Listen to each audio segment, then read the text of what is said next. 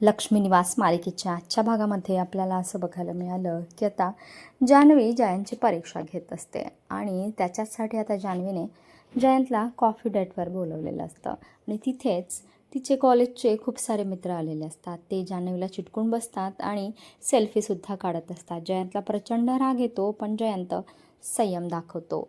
इकडे बाहेर विश्वा मात्र वाट बघत बसलेलाच असतो की जान्हवी कधी येऊन जयंतबद्दल तक्रार करते.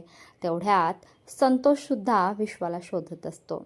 संतोष जेव्हा विश्वाला भेटतो त्यावेळेस विश्वाच्या मोबाईलमध्ये संतोषला विश्वाच्या आईचा आणि त्याचा फोटो दिसतो. संतोष विचारतो की ही बाई कोण आहे.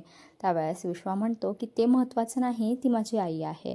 पण जयंत हा खूप खतरनाक माणूस आहे आणि त्याच्याबद्दल तुझासुद्धा विश्वास आहे आणि तू जयंतच्या विरोधात साक्ष देशील का? नाहीतर जान्हवी पुन्हा जयंतबरोबर लग्न करेल. परंतु संतोषला जेव्हा कळतंय की ती विश्वाची आई होती जिचा खून जयंतने केलेला आहे आणि आता संतोषला खूप मोठा धक्का बसतोय.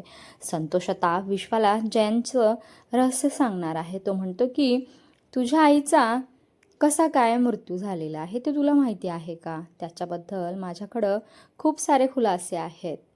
तर तुझ्या आईचा नॅचरल मृत्यू झालेला नव्हता, तर तिला कोणीतरी ढकलून दिलं होतं आणि म्हणून तिचा मृत्यू झाला होता.